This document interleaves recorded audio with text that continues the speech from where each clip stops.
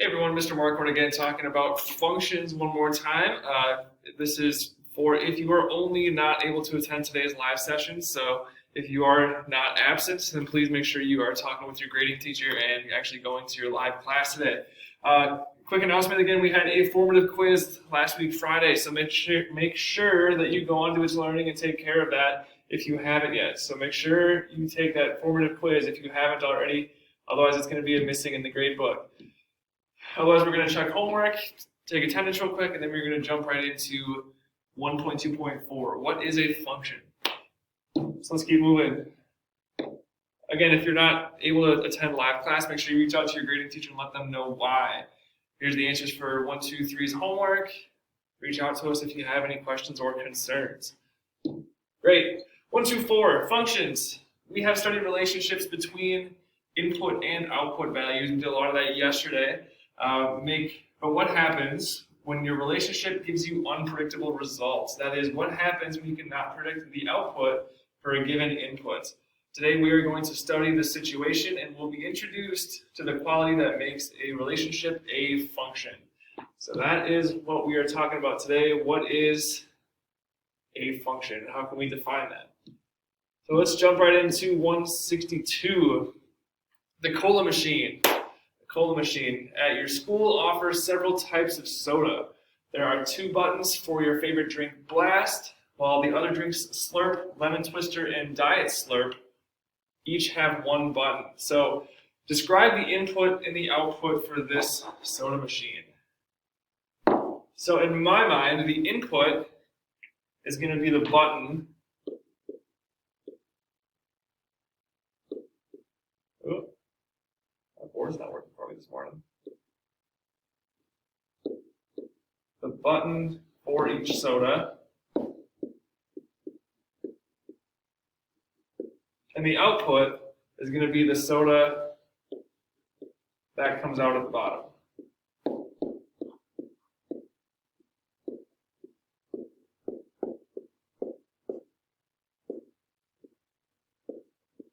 So again, input is the button that we press to get the soda, and the soda that actually comes out of the machine down there is going to be the output that we get. So part B, while buying a soda, Ms. Whitney pushed the button for Lemon Twister and got a can of Lemon Twister. Later, she went back to the same machine, but this time, when she pushed the Lemon Twister button, she got her can of Blast. Is this machine functioning consistently? Consistently means we're going to get the same thing over and over again. So if we get Lemon Twister the first time, but the second time we get Blast, I don't think that's being very consistent. So this is not operating consistently. This is not operating consistently. So this is not consistent.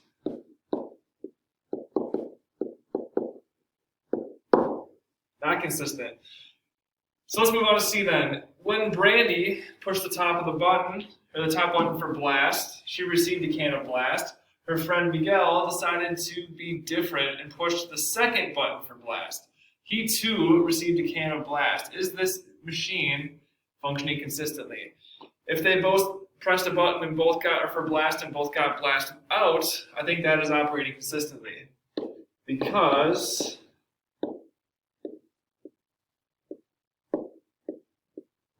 they got a unique output for it. Whenever they pushed the button, they got what they expected out.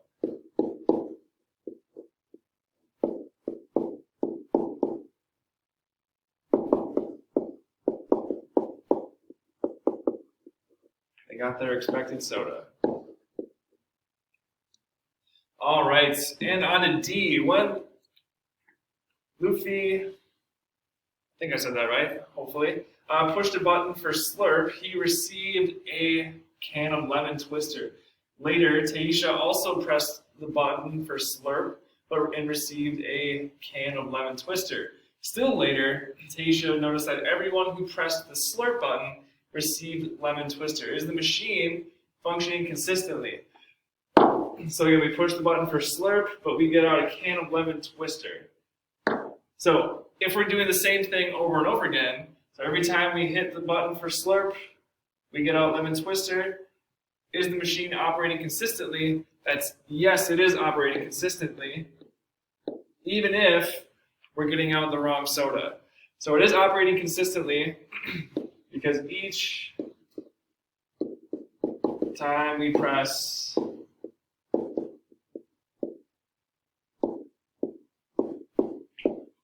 slurp, we get lemon twister.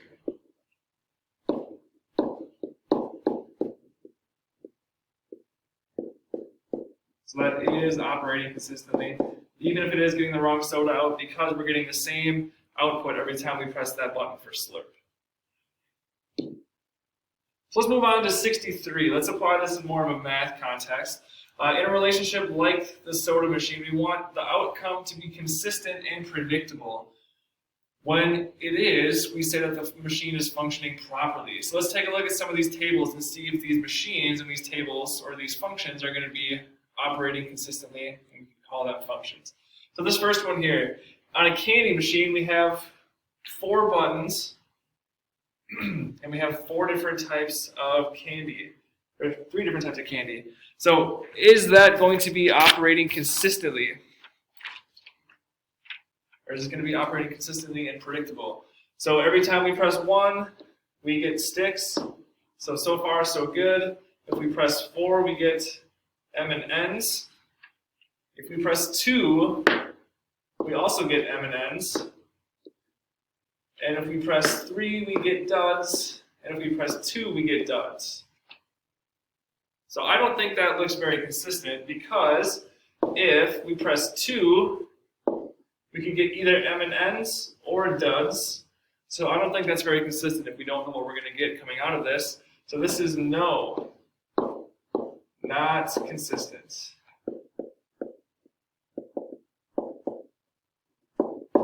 Not consistent for that first one. If we look at our second table, we have our inputs up on top. We have our outputs on the second row here. Let's take a look and see if each input gives us a unique output. So here, 7 is 6, -3 gives us, or -2 gives us -3, 0 gives us 4, 4 gives us 2. From what I can see, yes, this is consistent.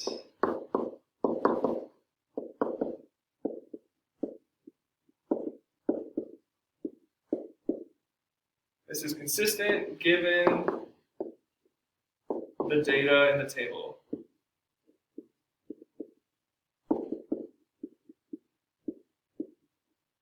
All right, then the last one here.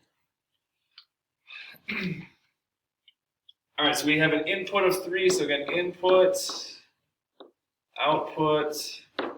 So if we put in a 3, we get a 4. If we put in a -1, we get a -5. If we put in 2, we get 9. Put in 0, we get 7. Put in 1, we get 4. If we put in 2, we get -8. If we put in 9, we get a 2. Something doesn't look right here. So we have a 2 here and a 2 here. So if we plug in 2, we get out a 9. If we plug in 2, we get a -8. I don't think that really works. So this is not consistent. Because we cannot have an input give us 2 different outputs. Cannot have an input that gives us 2 different outputs. So this doesn't work. So not consistent for that last one. So when we look at the bottom of our page here at part B, a relationship between inputs and outputs is called a function if the inputs and outputs behave like the soda machine that is functioning properly. So that means that each input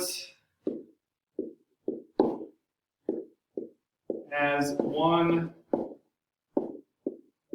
unique output. Each input has one unique output. And that's how we would define a function. Let's move on. So part C, we're going to examine these tables and see if We can figure out if these are functions or not. I'm going to let you guys do this one on your own, so take a look at the filled in notes to check your work. Tell me if these 4 things are going to be functions or not. So again, check that your work with the filled in notes. So Jade noticed that the line at the right is a function. So she said, hey, I think all lines are functions, she exclaimed. Is she correct? So take a minute to think about that. Are all lines functions?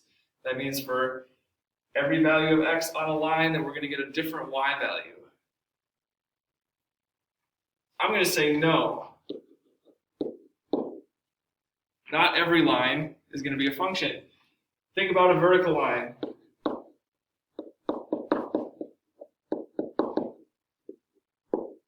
They are not functions. Because a vertical line, if we put one on the graph here, something like that. A vertical line is the formula of x equals something.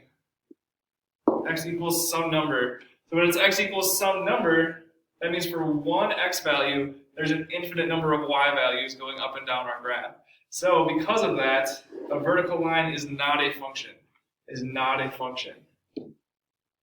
All right, so let's get our toolkits. We got a couple things we can add on for today. I'm going to tell you about one little trick on how we can figure out a graph is a function or not. But again, we're going to start with the definition of a function. So the definition of a function, once again, is a relationship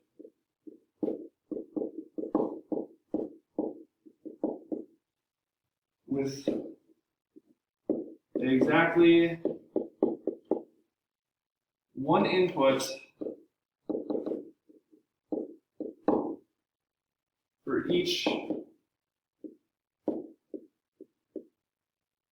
unique output. So a relationship with exactly one input for each unique output. How we can tell that something is a function by looking at its graph is something called the vertical line test.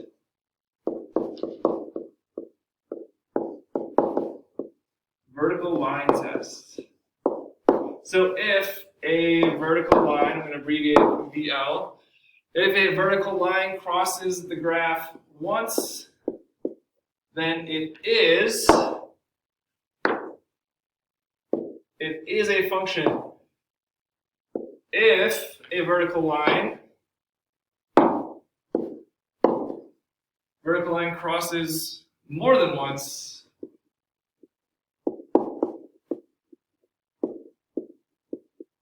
it is not a function. So if we look at these two examples here, we're going to draw a vertical line onto it. So if I draw a vertical line, that only crosses that graph in one spot, which is right there. So that means that this would be a function. If I draw a vertical line on this function, say somewhere like there, that vertical line crosses that graph in 1, 2, 3 spots. 3 is bigger than 1, so that tells us that this graph is not a function. It's not a function. So again, vertical line test is a great way to tell if something is a function or not, just by saying if a vertical line crosses that graph once, then the relation is a function. If it crosses more than once, then it is not a function. All right, so if you have any questions, make sure you come into office hours, let us know, or shoot us an email. Homework for tonight is going to be 166 through 170, section 1.2.4. So again, if you have any questions, let us know.